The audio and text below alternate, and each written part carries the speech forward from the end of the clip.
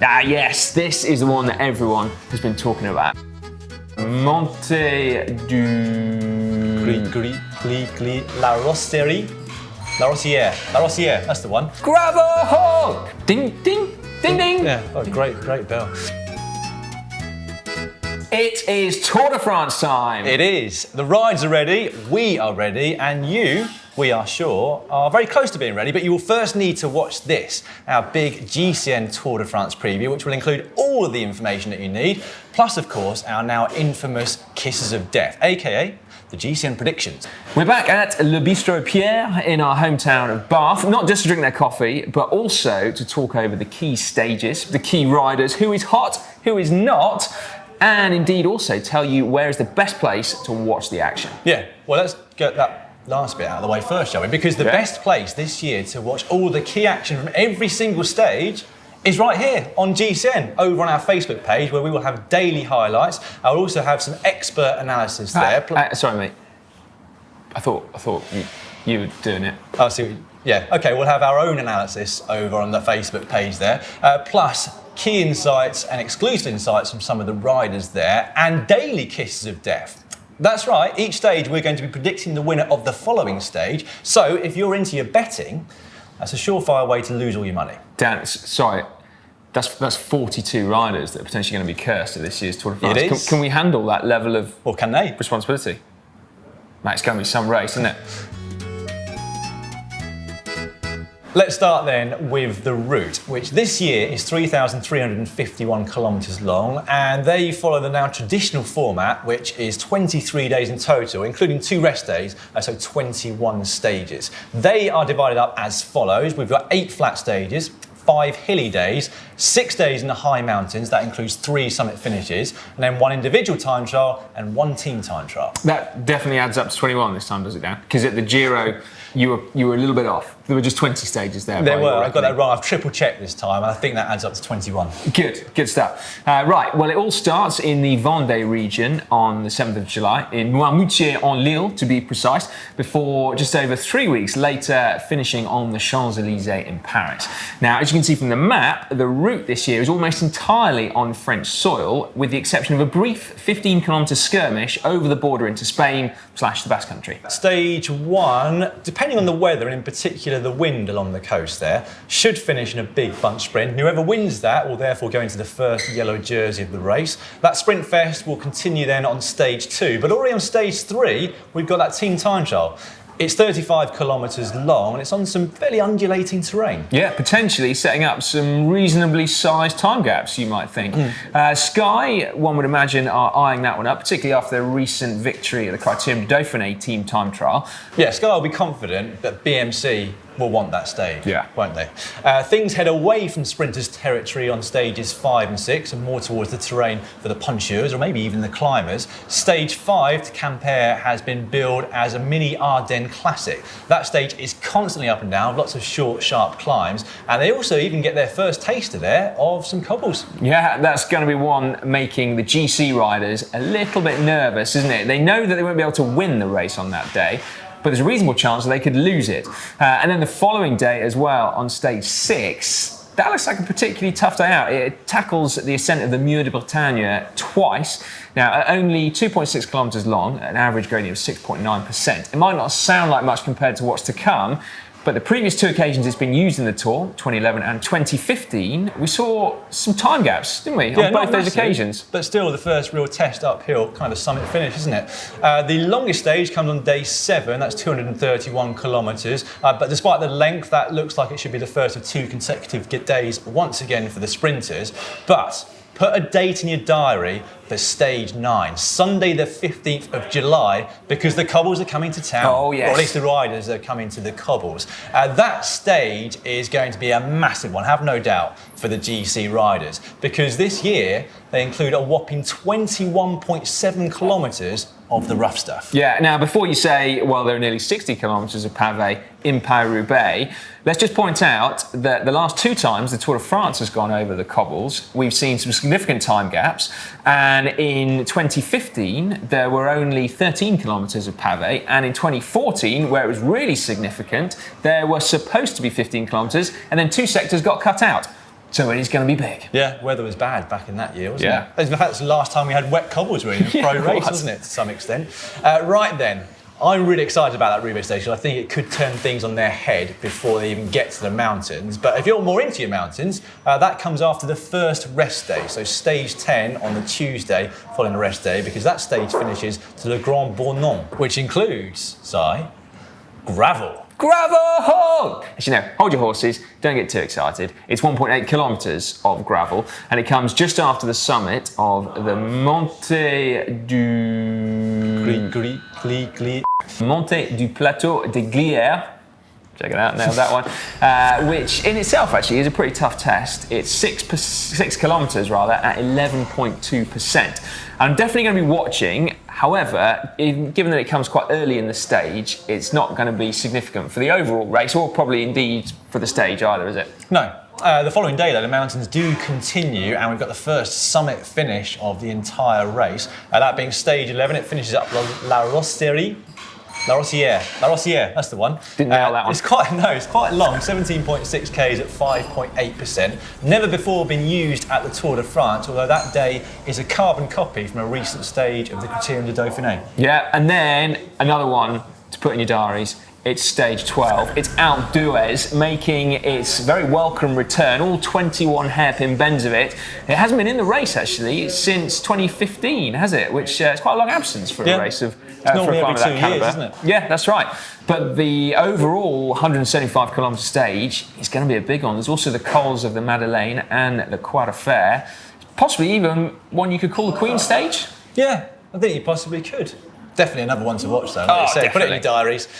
Following that, we've got 4, I think you could call transitional stages, something for everyone over those 4 days. They'll then head over to the Pyrenees during that time, which is where they'll be greeted by their second and final rest day. The day after that, it's another one for your diaries, the big one, or the small one, as the case may be. Don't get to the that, mate. 65 kilometre sprint stage, which is definitely not for the sprinters. Ah, yes, this is the one that everyone has been talking about. A 65 kilometre long mountain stage. But that we'll see for the first time in, I think, the Tour de France's history, a gridding system being operated at the start. So in essence, the yellow jersey wearer will be set off on the front row of the grid, and then he'll be joined by the other top 19 riders on the overall classification. And then after that, groups of 20, again set on GC order, will be set off in following groups. The idea being, you'd think, that potentially the team leaders will be separated from their domestics, from their teammates, from the outset. Yeah, it's a novel idea, isn't it? It is, yeah. We'll definitely be watching with interest, won't we? Do you know what, mate? It's one for my diary, that one. I am going to be watching with interest. Yeah, much like, actually, the following day, which is another big mountain test, although actually a big mountain test. This is 200 kilometres, including 3 pretty fearsome climbs of the Orbisque, the Aspin and the Tourmalet, not necessarily in that order. No. Then they've got a final chance to shake up the GC, haven't they, with a last individual, quite hilly time trial. One for the diary, I think. Definitely one for the diary. And they'll then fly up to Paris for that final sprint showdown on the final Sunday. Tell you what, mate, that's going in my diary, that one as well. Yeah, let's face it, we will be watching each and every stage, won't we? With a lot of interest. And I've got a feeling that this is going to be one of the most competitive Tours de France that we've seen in a long time. Because that is firstly a great parcours, really well designed, but also with the list of rides that we've got at the race. Yeah. In fact, that's probably a good time to start talking about the favourites. 176 riders will line up at this year's Tour de France. And yes, that is 22 riders fewer than previous editions, because the UCI, remember, have reduced team sizes at Grand Tours from 9 riders to 8. Now, whether or not that made any difference at the Giro d'Italia, the jury is still out. You certainly could say that there were fewer crashes, but then at the Tour de France, it's so nervous in that first week, then, well, basically there's going to be crashes, aren't there? You'd have thought so. And the fact is, if you lose 1 or 2 riders in that opening week, that could potentially be devastating for a team. Yeah, it'd be massive for a team, wouldn't it? Right then, I think we can divide the GC favourites for this Tour de France into 2 groups. Those that did the Giro and those that didn't. So, first up, in the blue corner, ding, ding, we have Chris Froome and Tom Dumoulin, first and second respectively at the Giro d'Italia. Yeah, and what do we know then about their form at the moment? Well, nothing really doing. Since the Giro d'Italia, they've both been recovering, then training presumably, and so only time is going to tell us, and more importantly perhaps them, actually where they're at. Yeah, Dumoulin, you've got to say, is going into the unknown because he has never targeted the GC at consecutive Grand Tours, has he? Whereas Froome has. Multiple times he's tried to go for the Vuelta after winning the Tour de France, and last year he achieved that. Chris Froome, though, is not going for the double here at the Tour de France. He's going for the double-double, like the quadruple, I guess you could say. Quadruple. This will be his 4th Grand Tour on the trot, and you've got to imagine that's going to take its toll, particularly over that last week of racing. Yeah, the last rider to do this actually was Marco Pantani back, 20 years ago now, wasn't it? Showing just how hard this feat really is. A feat so hard, actually, most people don't even bother trying. No. Apart from Adam Hansen, actually, who had to go for a number of years, didn't he? Anyway, Froome has the best chance possible given his team lineup, as strong as ever, absolutely stacked with talent. They do look formidable, I must admit. Right then, moving over to the red corner.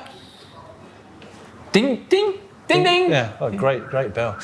Over there, we'll start with Movistar. Now, they have taken the 3-pronged attack option because they've got Nairo Quintana, Alejandro Valverde and Mikel Landa all leading the squad. Now, we've seen plenty of 2-pronged attacks from teams in recent years. The threesome, though, how's that going to go? Well, I don't know, mate. I mean, on paper, it sounds great, but things could get proper messy, couldn't they? I mean, the last time I think we saw that in the Tour de France, T-Mobile attempted the 3-pronged attack with Kloden, Ulrich and Vinokourov. Yeah. And that did not end well. No, it all starts off very well and very friendly, doesn't it? But all nice and amicable. There can be rifts coming between them very quickly. That's it, yeah. What that does mean, though, is that they only have 5 domestiques to do the work, and one of those could almost be a leader himself in another team, Marc Soyer, who won the Paris-Nice race back Another in March. prong then, potentially. Potentially a 4th prong there. Right, next up, we have got the great French hope, Romain Bardet. The great French hope, and also, I've got high hopes for him as well, to be fair.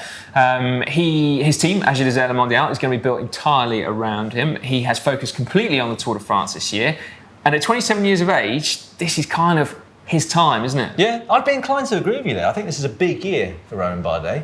Adam Yates, well, he's never finished on the podium of a Grand Tour before, though he was 4th here 2 years ago. But like Bardet, his team is entirely built around his chances because Mitchelton Scott have left Caleb Ewan, their sprinter, at home. Also like Bardet, his form looks to be coming good at just the right time. Yeah, now what can you say about Richie Porte, Dan? At 33 years of age, time is running out for him, and I say that as a 35-year-old.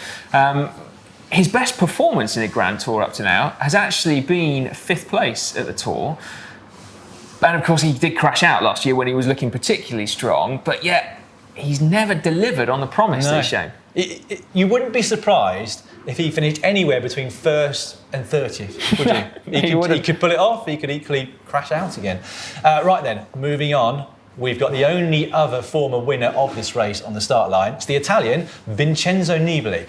Now, he's only won once this year, but he did win big because that was Milan-San Remo. However, his best GC result in a stage race this year has been 11th, and that was at Tirreno Adriatico. True, but that's not atypical for Nibali, is it? I mean, before he won in 2014, he only won 1 race as well, didn't he? Admittedly, that year, maybe he did show a little bit more of himself at the Dauphiné compared to this year. But even then, some expert pundits that year completely ruled him out of contention at the Tour de France. And some pundits. And some pundits, But anyway, do that at your peril because he's Vincenzo Nibali. Don't write him off. He's kind of another rider that I won't be surprised he finished anywhere from 1st to 10th, really.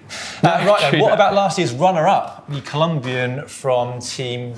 EF Education First, Cannondale. Presented by Cannondale. No, Draft Pack presented by Cannondale. Powered by Cannondale. Anyway, got there. Rigoberto Urán. He has been training back in Colombia at altitude since Liège-Bastogne-Liège, but then he did make a return to competition at the Tour of Slovenia, where he won a stage and finished in 2nd overall. Then there's Dan Martin, difficult year for him up until the Criterium de Dauphiné, where he also looked really good, winning a stage. Yeah, and what about Jakob Fuglsang as well from Astana? He took his time trialling to another level at the Tour of Switzerland. And you've got to say, haven't you, as a former mountain biker, he's going to be relishing that short mountain stage, 65 kilometre one. That's basically like a road cross-country mountain bike race. And of course, when they go off-road on the cobbles of Roubaix. Yeah, Yeah, actually, he was instrumental in Nibali's success and getting the yellow jersey that day, wasn't he, in 2014? Yes. We should also mention a few more riders, amongst them Bob Jungels, Ilna Zakarin, TJ Van Garderen and Rafael Majka. All four of them, if everything falls into place, they could be in the top 10, as could Warren Barguil, although nothing has really fallen into place for him since his move to Fortunato, has it? Finally, Primož Roglič, who will finish on the podium at this year's Tour de France. That's some statement, Dan. What on earth gave you the impression that Roglič has got something up his sleeve? Well, I've been doing a lot of research into his form, etc., and it has come to light that he's won 2 World Tour stage races overall. Yeah, the Basque Country and the Tour de Romandy, and he recently won the Tour of Slovenia in dominant fashion too. Well, there you go. Insider knowledge there from Lloydie. So those are the contenders for the final yellow jersey of the race. But there is, of course, a yellow jersey on the line for the first rider across the line on stage 1. It is sure to be a sprint fest because pretty much all the fastest riders in the world are going to be contesting it. They are. There are some wannabes, but we're going to start with what we should continue to call, for the time being at least, the big 3. Cavendish, Kittel and Greipel. Now, between them, they have won 55 Tour de France stages, Cav with the majority at 30, and that means that between them, they've won 29% of the mass start stage of the Tour de France over the last 10 years, which is really quite incredible. But I'm wondering, Si, if this could be the year of the generational shift in sprinters. Well, yeah, time's going to tell, isn't it? Certainly, Cavendish and Kittel have not been looking like their former selves this year, have they? Cavendish has actually spent most of the last 12 months recovering from injury, starting with that horrific crash kind of involving Peter Sagan at last year's Tour de France. Then he had another big one, didn't he, in the neutral zone at Abu Dhabi, and then the team time trial at Tirreno Adriatico, and then another horrific crash at Milan San Remo that time. Yeah. It's been a hard 12 months. Not a surprise that he's only taken 1 stage win in that time. But you've got to say, at this stage of his career, the only thing that really matters to Mark Cavendish are stage wins at the Tour de France, particularly as he closes in on that elusive record of Eddie Merckx. Only needs 4 more stage wins to beat that. Yeah, and the thing about Cav is that he could potentially come away with 0 stage wins or 5 stage wins at this year's Tour de France. Yeah. You never know with him. And then what about Kittel? Well, he did take 5 stage wins at last year's race. He pretty much looked like he was on another level, didn't he? He was so fast. But then he hasn't been looking that good ever since, really. Yeah, it's almost been a shadow of his former self so far in 2018. Big shadow, though. That is true, yeah. He's taken 2 wins, both of those being stages of Tirreno Adriatico. But it just feels like the transition from the winning machine that is Quick-Step Floors over to Katusha hasn't been that smooth. No. Now, of the 3, Greipel has had the best season so far, hasn't he, with 6 stage wins. But at 35 years of age, well, you might start to think that maybe his powers are waning, as is his willingness to take risks. I don't know where I'm getting that information from. But anyway, certainly he will be less willing, you'd have thought, than the young pretenders, Fernando Gaviria and Dylan Groenewegen. Yeah, that's right. Groenewegen has once previously done the Tour de France, this time last year in fact, and he did win the final stage, didn't he, on the Champs-Élysées. This year, he's already won 9 races, which leads me to the conclusion that he will be a force to be reckoned with on the sprint stages at the Tour. Really? No shit, Sherlock. Now, what about Fernando Gaviria, though? He has been a dominant force outside of Europe, but he has failed to get a win inside of Europe this year. Yeah, he'll be an interesting one, for sure. After the 3 kings, then, and the 2 young pretenders to the throne, we are going to have what we will unkindly call the second-rate sprinters. Oh, that is unkind. Sprinters that are fast, but not that fast. Alexander Kristoff, to start with, 4 years since he last won a stage of the Tour. Arnaud Demars never won a stage of the Tour, but he did look good at the Tour of Switzerland recently. Yeah, he did. Likewise, actually, Sonny Colbrelli, he won a stage at the Tour of Switzerland. Then, of course, you have last year's green jersey winner, Michael Matthews. Now, he's not a pure bunch sprinter, but he did all right last year, didn't he? And then, of course, last but not least, Peter Sagan. I've been waiting for that name because I have got a great Peter Sagan fact. Is it? Is it got anything to do with his limited edition showerhead? No, we're still fighting over who's taking that thing home. Oh, yeah. No, it is the fact that he has participated in 97 mass start road stages at the Tour de France, and he's finished in the top 10 in 54 of them. Wow. Which is a quite remarkable record. Strike now, rate. of course, he was controversially disqualified last year after that stage 4 incident, but you imagine he's probably going to have a similar strike rate at this year's race and probably run away with the green jersey. You would think that, wouldn't you? Now, in some ways, that is a bold prediction, but you're probably going to be right as well, aren't you? Right, this has taken a while, hasn't it, to get through all of the contenders, but that's because there's so many. Yeah. I mean, it's absolutely stacked this year, isn't it? It's super exciting. But we can't wait any longer because it's time for our predictions. Geraint Thomas will win this year's Tour de France. Adam Yates. Primož Roglič. Romain Bardet. Chris Froome. Chris Froome. Chris Froome. Chris Froome. Who else? That is a lot of predictions now, isn't Yeah. it? You'd have thought we'd have to get something right with that many options. Well, you'd imagine so, but I wouldn't count on it necessarily. No, that's true, yeah. Right, this is where we want you to get involved. Let us know who you think is going to win the Tour de France this year in the comment section down below. And also, which of the many stages that you've had to put in your diary you are looking forward to the most. Are you into your cobbles or are you waiting for the big mountain stages? Just let us know down below. Make sure as well you head over to the GCN shop. We got a load of super cool new t-shirt designs for the month of July, but they are in limited numbers, so if you want them, get over there quick. They are. Also, a final reminder that we are covering the Tour de France daily with a highlights package, both on our Facebook page and also on the Eurosport app. Yeah, if you are in expert predictions, eh, mate? Yeah, cheers, mate. Yeah, if you want to watch another video now, by the way, we've got a great one just on screen. Click onto that now.